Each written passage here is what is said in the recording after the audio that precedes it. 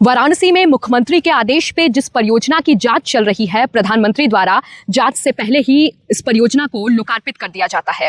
प्रधानमंत्री फीता काटते हैं, अफसर वाहवाही लूटते हैं और विधायक उन्हें तो खबर तक नहीं होती है। जिस बरादरी की छत गिरती है, जिसके नीचे एक मजदूर की मौत हो जाती है, अब वही छत पर्यटक विभाग की उपलब्धि बन चुकी है। चलिए इस पूरे मामले को विस्तार से जानते हैं। नमस्कार, मैं हूं अनामिका पांडे, आप देख रहे हैं डायलिम्स न्यूज। 13 सितंबर 2024 की वो तारीख जब वाराणसी के रामनगर स्थित शास्त्री घाट, जिसकी लागत लगभग 10 करोड़ 50 लाख रुपए है, उसकी छत अचानक से भरभरा के गिर जाती है और गिरती ऐसी है कि एक मजदूर की जान भी चली जाती है।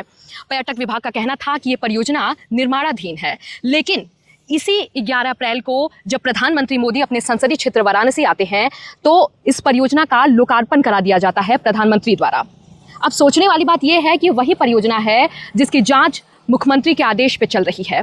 अफसरशाही रवैये को आप इस तरीके से समझिए कि विधायक सौरभ श्रीवास्तव को खबर तक नहीं दी जाती है। वही विधायक जो अपने खुद का खर्चा लगा के इस पूरे निर्माण सामग्री को वो भेजते हैं लैब में सैंपल के लिए।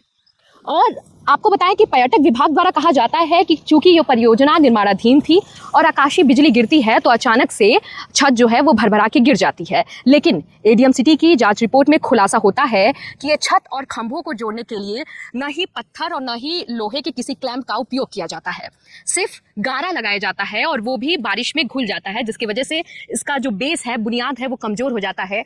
एक आकाशीय बिजली पड़ती है और भरभरा के छत गिर जाती है।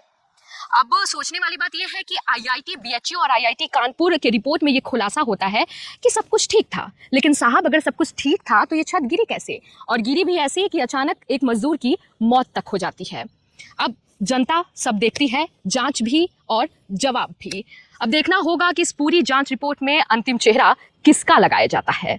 तब तक आप जुड़े रहिए और देखते रहिए डायलिम्स न्यूज।